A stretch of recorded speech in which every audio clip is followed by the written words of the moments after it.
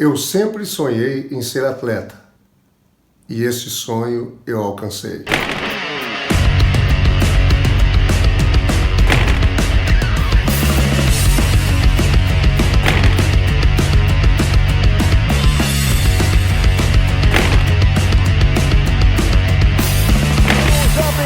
Fernando puxa o contra-ataque da Ravelli. Patrick, Evandro, espetacular a pinta do Evandro. Passou sobre a cesta, fez o... Oi pessoal, é um tremendo prazer estar aqui com vocês para poder compartilhar um pouco da experiência da minha vida esportiva, da minha vida profissional atual e agregar algo que possa vir a ser útil para vocês no que diz respeito ao âmbito de um atleta profissional e de um profissional da educação física pós-carreira esportiva. Muito legal poder compartilhar com vocês, poder trocar essa ideia de forma informal, mas ao mesmo tempo também profissional, já que a minha carreira foi construída pós-esporte, praticamente em comum acordo ou em conivência com a medicina, com a fisioterapia, com vários setores que linkados ao esporte fazem com que o atleta possa ter uma melhor performance, uma melhor vida, né? Inclusive no que diz respeito à parte fisiológica, né? Que é a conservação do seu físico, na parte mental, que é o psicólogo que entra, na parte de reabilitação, que é o fisioterapeuta que atua. Então é um conjunto. Hoje em dia o esporte é composto por uma espécie de uma unidade multidisciplinar. Bom, a minha formação, sou professor de educação física, graduado pelas faculdades claretianas de Batatais, onde eu tive durante um período a minha formação na Universidade Federal do Rio Grande do Sul, em Porto Alegre, e me transferi para São Paulo, em Franca, onde eu tive que concluir nas faculdades próximas da cidade, ali na cidade de Batatais, o meu curso.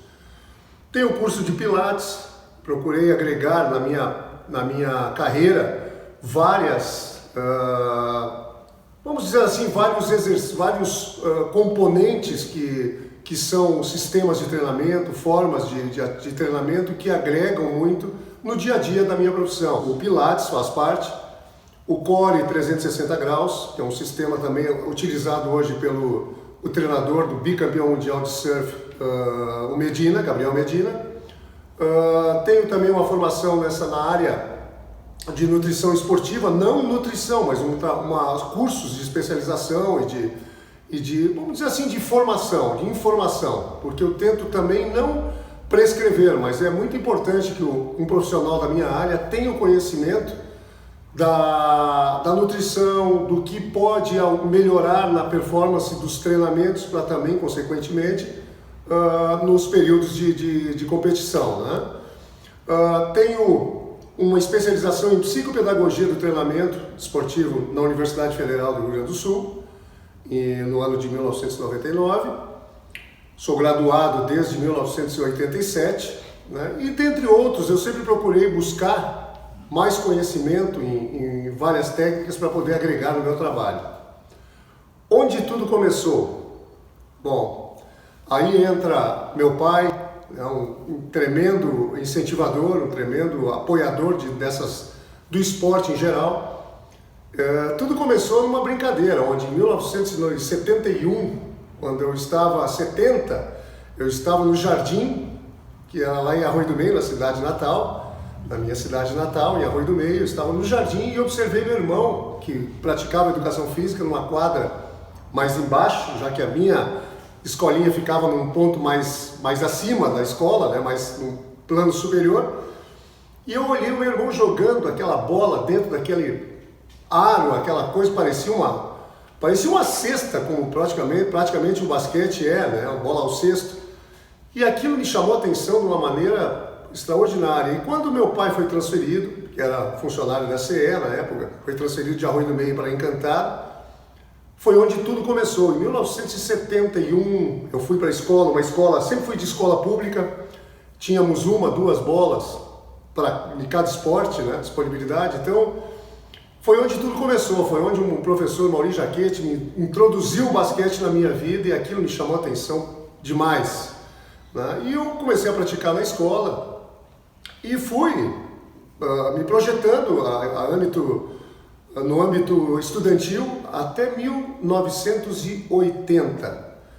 Em 1981 eu fui chamado pela equipe municipal de Caxias do Sul para jogar os jogos regionais GIRGS pela equipe de Caxias, que foi onde ocorreu o primeiro destaque da minha vida com 15 anos, onde eu tive o prêmio de revelação dessa competição.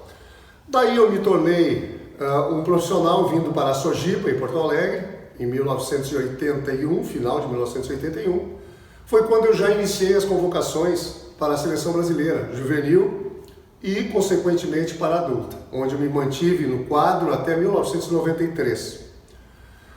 Bom, extra-profissional, na carreira profissional eu tive vários títulos, né? Sou tetracampeão brasileiro, bicampeão pan-americano de clubes, tetracampeão brasileiro de clubes, campeão sul-americano pela seleção brasileira, medalha de bronze na Copa América do México, em 1989,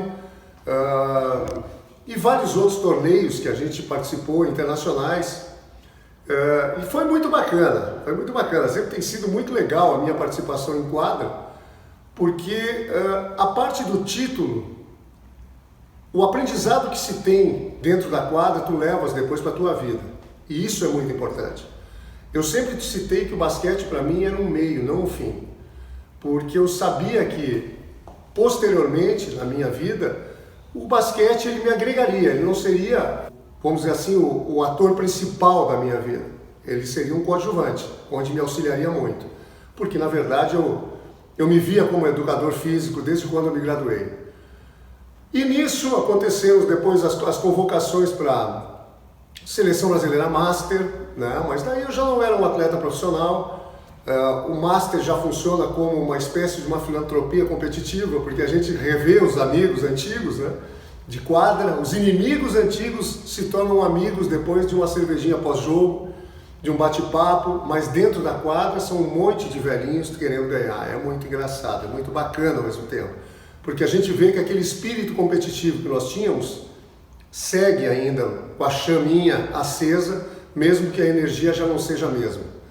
E aí, por incrível que pareça, no Master, eu fui eleito durante 3 anos consecutivos o melhor Master do mundo, junto com mais 2 colegas da antiga Iugoslávia e União Soviética, durante um período de 3 anos. Em 2011, eu tive uma lesão durante um jogo, que foi um esporão no calcâneo, onde eu mandei um e-mail para a Confederação Brasileira, dizendo que eu estava me aposentando dos aposentados, porque eu já via que o basquete começou a me dar, não desprazer, porque a gente acaba sempre tendo prazer quando está em quadra, em ver os amigos, em rever, em sentir aquela sensação da competição, mas começa também, o nosso corpo já vem sofrendo há muito tempo e essas lesões, elas começam a perdurar muito mais, então nós acabamos levando muito mais tempo para recuperar de uma lesão do que anteriormente.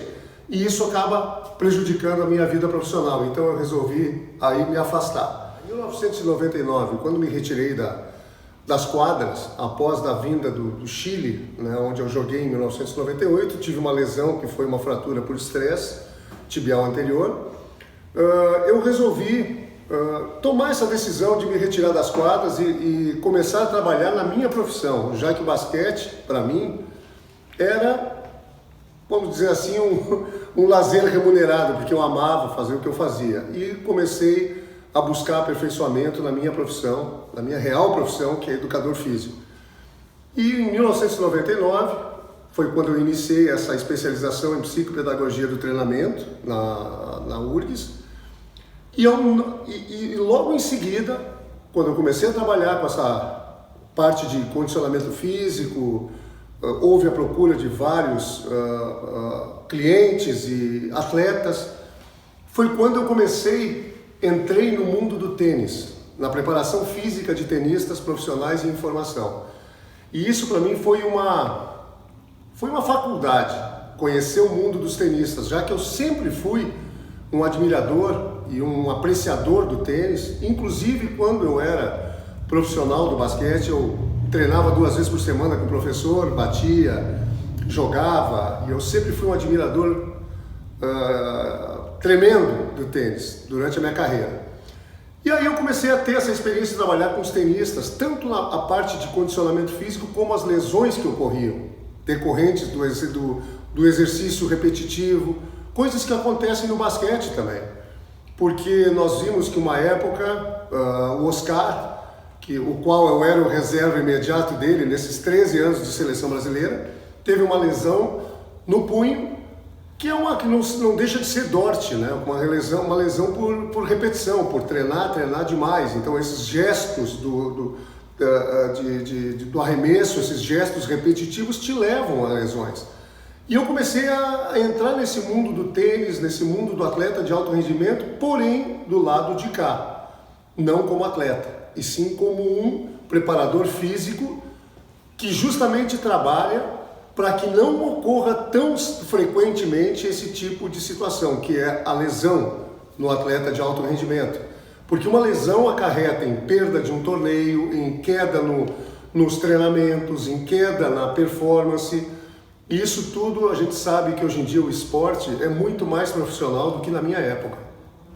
E a perda de tempo acarreta em perda de dinheiro muitas vezes. Então, a nossa responsabilidade como preparador físico ou uma equipe multidisciplinar que compõe ou que formata esse atleta de alto rendimento, ela é de suma importância, né? De suma importância. Nós vemos muitas vezes um mau planejamento de uma equipe na parte de pré-temporada, no momento da pré-temporada, acarreta em que, no final do ano, muitas vezes o rendimento da equipe cai devido a um mau planejamento. Isso nós temos muito essa experiência, futebol, equipes de basquete, propriamente de vôlei, o próprio tenista, é muito comum que uma falha, talvez num determinado momento, ou às vezes uma própria, o atleta, né? Dependendo da cabeça do atleta, é um cara festeiro, é um cara que bebe, é um cara que tem uma vida desregrada, e isso aí é muito complicado. Muitas vezes nós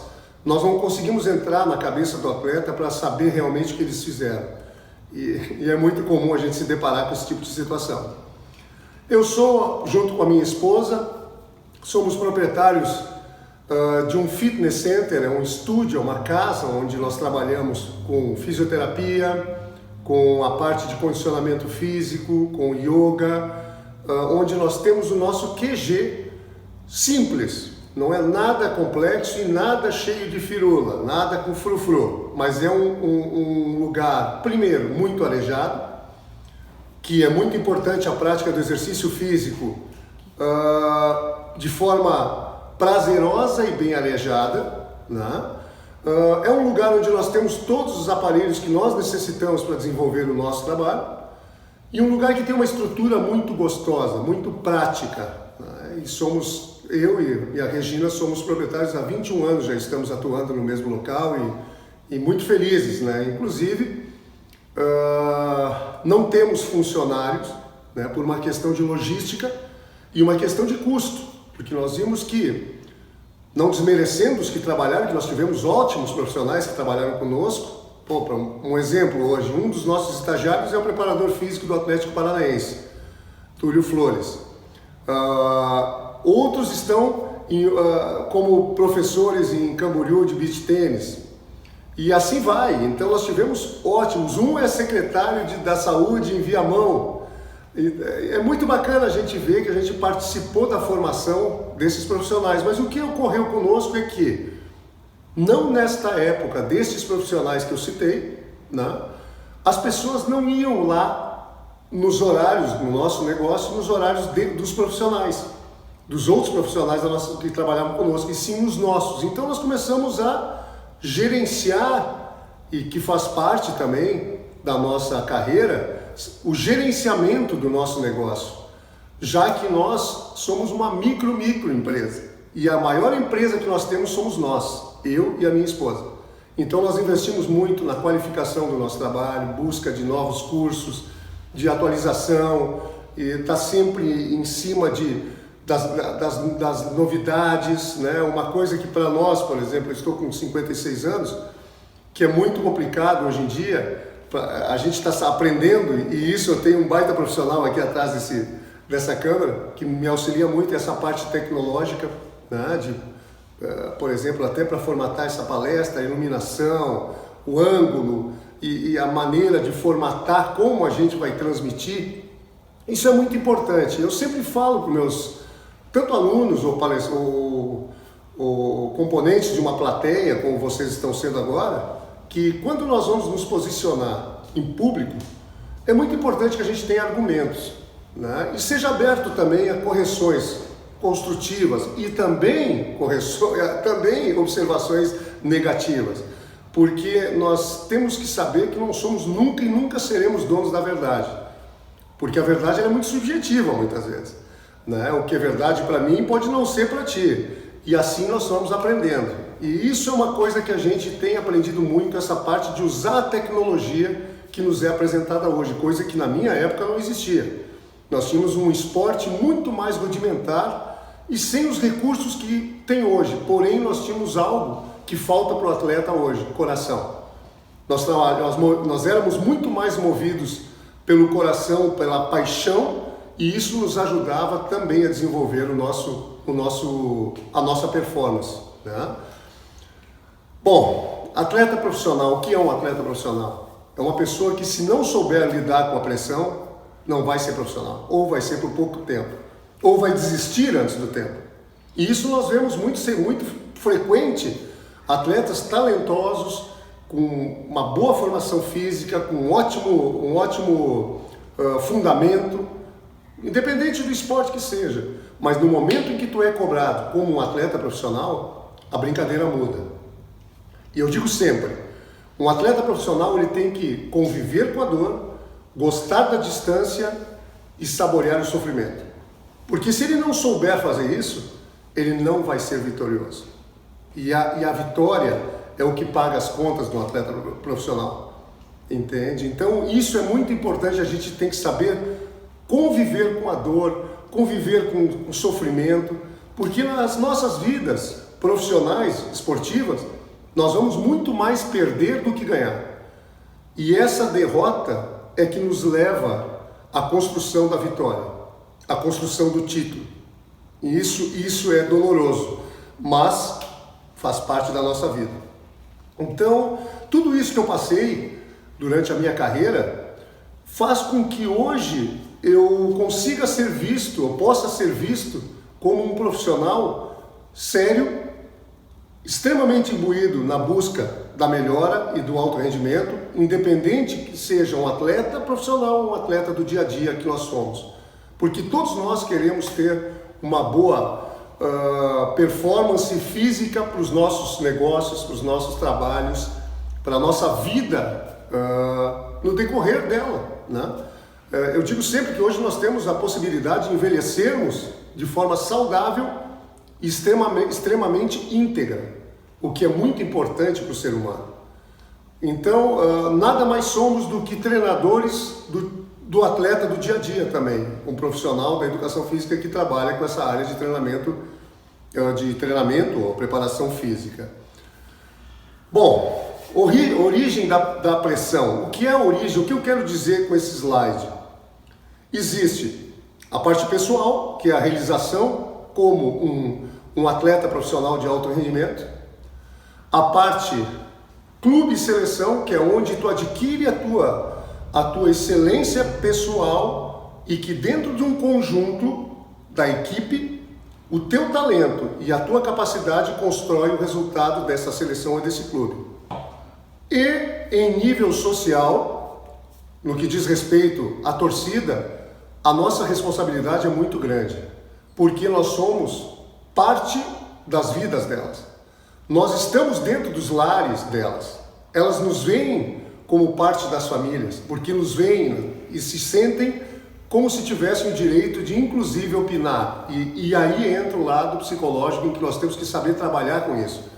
Porque nós não seríamos ou não seremos nada como atletas, ou como treinadores, ou profissionais públicos, né? Quando nos tornamos públicos, não somos nada sem o público, não somos nada sem a torcida. Eles que pagam as nossas contas, eles que nos apoiam no momento ruim, no momento bom, e é eles que vão dar o reconhecimento à nossa carreira.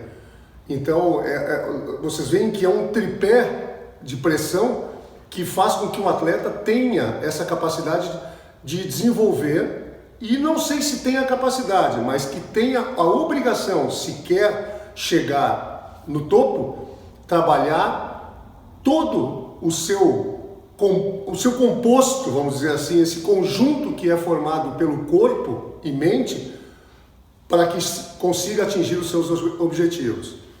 Pode passar? Lesões. Bom, lesões é a consequência do excesso, né? Nada mais do que isso. O excesso de pressão, o excesso de treinamento, o excesso de empenho, né? Eu sempre digo assim, ontem, numa aula de tênis para um atleta, eu sou professor de tênis também, de fundamento e jogo, eu falei para ele que o importante durante o treinamento é que a gente não dê 100%, que a gente dê 110%. Porque esses 110% equivalem a 90% durante o jogo, que são 10 a mais do que o teu oponente. É uma conta muito maluca, é isso que eu estou falando, né? Parece que eu estou enrolando vocês, mas não é. Porque se eu dou 110%, eu sempre vou estar dando 10 a mais do que o outro. E isso é muito importante. Só que isso acarreta no quê? Na sobrecarga, no excesso, né? No desgaste. Eu hoje em dia tenho resquícios, mesmo que sejam pequenos, da minha carreira profissional. Por exemplo, meu tornozelo direito, eu tenho um desgaste violento. E ele tem um certo inchaço, uma espécie de uma artrose que eu desenvolvi ali, devido a muita torção, que é fruto justamente da sobrecarga. Lesões ligamentares, muitas vezes, lesões tendinosas, ósseas, como citei para vocês anteriormente, que eu tive essa fratura por estresse tibial, que é uma fratura por estresse, né? Então existe final de temporada, onde a gente está com esse desgaste violento, e muitas vezes um movimento descoordenado leva a uma possível lesão de ligamento de joelho, que é muito comum no basquete, condromalácia patelar, que é muito comum no basquete também, a nível calcâneo, esporão, como eu já tive, tendinites, fascite plantar, e são lesões muito comuns, porque desenvolvemos movimentos que não são lineares, né? Busca, pula, vai, escorrega, freia, salta, é um movimento de garra, e isso acaba trabalhando demais essa musculatura que sustenta essa flexão, essa garra que nós fazemos nos pés, e isso acarreta em muita lesão plantar. Então são comuns, e o que acontece muitas vezes, que nós chegamos no final de uma temporada, o que ocorre? O atleta está em fadiga, cansado, desgastado mentalmente, em busca do seu objetivo maior, que é o campeonato, que é ganhar esse título, só que ele vem com desgaste de 8, 9 meses, né? E isso acontece numa perda de concentração momentânea ou coordenação momentânea, um gesto fora do eixo, lesão. Então é muito comum, isso nós temos que, justamente aí que nós entramos, o preparador físico, em hoje identificar, e nós temos muitos aparelhos, muita tecnologia que identifica hoje o desgaste em tempo real. Nós vemos os jogadores jogando com aqueles coletes, onde a nível de composição, hidratação, desgaste do atleta no momento é transmitido em tempo real para o computador da equipe do preparador físico, e aí eles jogam com a substituição ou não desse jogador, se ele vai treinar para o próximo jogo, se ele fica fora. Então todo esse levantamento químico que existe dentro de um corpo humano é controlado hoje por tecnologia, e isso nos auxilia muito, tá? E aí entra as novidades e aparelhos, como eu estou citando, né? Técnicas de treinamento. Isso é muito importante, a técnica de treinamento. O que acontece de muitos anos para cá? Se chama especificidade. Cada ser humano é único. Então, cada um tem que ter um tipo de preparação de acordo com a sua idade, com a sua composição física, com a sua estatura, com uma série de fatores que influenciam na composição do jogador, da performance, do treinamento para a performance de um atleta. Por exemplo, hoje, antigamente, vou dar um exemplo, nós tínhamos uma preparação única no futebol. Todos faziam basicamente a mesma coisa. Hoje nós vemos o atleta, um meio-campo, fazendo um tipo de trabalho, um atacante, um outro tipo de trabalho, o goleiro, um outro tipo de trabalho, o lateral, um outro tipo de trabalho. Tudo é muito em cima da especificidade. E isso auxilia muito, por quê? Porque tu vais acabar não excedendo ou então não deixando ou trabalhando a menos do que deveria, de acordo com a sua posição. Não tem por que eu treinar muitas vezes um atacante a fazer um percurso de 80 metros correndo em uma velocidade relativamente alta, se os tiros deles são tiros de 25. Então essas coisas nós temos que desenvolver muito bem na parte de base, a parte cardiorrespiratória, de força, né? Que é uma coisa quase que geral, porém, no momento de polimento, nessa periodização do treinamento, no momento de polimento é que entra o trabalho específico. E isso é muito bacana hoje em dia, porque nós vemos que os atletas conseguem chegar ao máximo do seu rendimento, quando bem trabalhado. Programa de treinamento, ele é composto por vamos dizer assim, não digo um tripé, mas um grupo, né? Um trio muito interessante, que é a parte clínica, onde há o trabalho de prevenção, né? Que o atleta tem sempre o acompanhamento dos médicos, fisioterapeutas, que podem auxiliar muitas vezes com medicamentos ou suplementos, ou que seja, na reposição e na profilaxia. Parte física, onde nós, preparadores físicos, entramos com um trabalho específico de acordo com a fase em que o atleta se encontra. E a parte técnica, que cabe ao técnico e seus auxiliares trabalharem esses gestos técnicos e o movimento técnico, tático, tudo que entra na parte específica e no bom, na cereja do bolo, que é o jogo. Próximo. Prática esportiva, análise da situação, problemas apresentados, tomada de decisão, montagem de programa de treinamento ou pós-reabilitação. Bom, isso tudo praticamente se encaixa naquele tripé que nós falamos nesse trio anterior. O que eu quero dizer com isso? Quando eu fiz meu trabalho de especialização, em 1999, foi justamente em cima desse tópico. Eu defini o meu TCC em análise de jogo e tomada de decisão. Nessa época, eu analisei dois jogadores com filmagem de posições diferentes, né, dentro do jogo de basquete, que era um ala forte, que a gente chama de forward, né, power forward, ou que seria um LeBron hoje, né, um jogador da posição dele, Michael Jordan, LeBron James, e um outro jogador, um armador, né? Um playmaker, como queiram usar os termos, um armador e um ala forte. E dentro dos movimentos deles, eu fiz uma estatística onde eu contei o número de saltos verticais, o número de piques e, se eu não me engano, número de saltos, de piques, tiros de velocidade e brecadas durante o jogo. E em cima disso, eu montei um programa para cada um deles.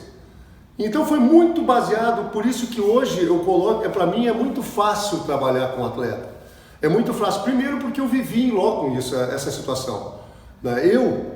Eu senti no meu corpo enquanto eu era atleta, né? Trabalhando com os melhores preparadores físicos na época, Valdir Barbante, Antônio Carlos Gomes e vários outros que eu tive a oportunidade e o grande orgulho e prazer e privilégio de trabalhar. E hoje eu estou do lado deles, tendo na minha prateleira de conhecimentos, né, de livros de conhecimentos, tudo isso que me foi passado, mais o que eu adquiri posteriormente. Então fica muito fácil para mim hoje a olhar, analisar e no perceber, no olhar, a gente já percebe as características, inclusive muitas vezes psíquicas ou comportamentais de cada atleta. E aí tu já começa a estudar também o perfil psicológico dele, que é muito importante para nós. Sabermos com quem estamos trabalhando, para podermos tirar esses 110% que eu falei para vocês anteriormente. Certo? Parceria com a ciência, trabalho multidisciplinar, medicina, fisiologia, psico. Bom, não preciso nem falar para vocês novamente, porque isso aí faz parte justamente da composição de uma boa equipe e da estrutura e da vivência de um atleta. Sem essa parceria, não conseguimos chegar a lugar nenhum. Não existe um mágico que tenha uma varinha mágica e diga assim, eu sou o preparador físico, o treinador e o fisioterapeuta, médico. Não. Quem fez isso sabe que cometeu erro até hoje. A gente conhece vários, que eu não vim citar os nomes aqui, mas a gente conhece muito talento que foram prematuramente barrados da sua vida esportiva devido ao que eu chamo de ignorância, porque muitas vezes o que ocorre muitas vezes é que o treinador, o medo de perder aquela grana e aquele diamante, ele não quer dividir. E é muito importante porque nós temos que somar e multiplicar e não subtrair ou dividir hoje na vida de um atleta. A partir do momento que eu não agrego, eu tenho que sair fora. Eu tenho que ser honesto com ele e dizer que dali em diante ele tem que seguir com alguém que possa agregar mais, que eu não tenho capacidade. E é muito difícil hoje nós, tanto como condutores, como treinadores, como atletas, termos essa perda da vaidade em prol da lapidação de um diamante que talvez esteja à tua frente. Muitas vezes o egoísmo e individualismo faz com que nós sejamos, vamos dizer assim, matadores de talentos. E isso ocorre muito hoje no Brasil, muito. Minha equipe é de suma importância, não é grande, né? É pequenininha, mas é de uma capacidade, de um profissionalismo fantástico dentro da amizade, da parceria que nós temos, que é a Regina Albrecht, que é minha esposa. Há 36 anos estamos juntos, desde a faculdade, 32, 33 anos casados esse ano.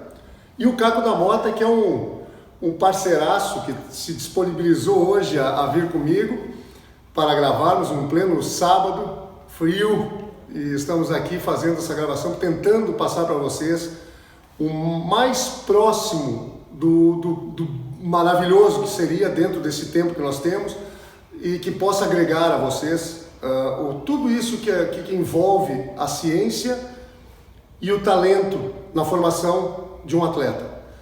Agradeço muito a todos vocês pelo convite, principalmente na pessoa do Henrique, que foi quem me contactou, que é filho de um grande amigo meu, e que eu possa ter somado, agregado com esse bate-papo que para mim é uma novidade também, porque eu gosto muito dessa interação do público, porque a coisa muitas vezes anda muito mais fácil e há uma troca de energia onde a gente tem essa possibilidade da visualização, e aqui por essa pandemia se criou esse empecilho, mas eu acho que de uma certa forma conseguimos passar para vocês um pouco do que é a vivência de um atleta e a vivência depois de um pós-atleta como profissional da área de educação física, da área da saúde, que hoje é composta também pela odonto, pela físio, né? E que junto com vocês, futuros profissionais e atuais profissionais que estão presentes aqui, possamos agregar cada vez mais na construção de novos talentos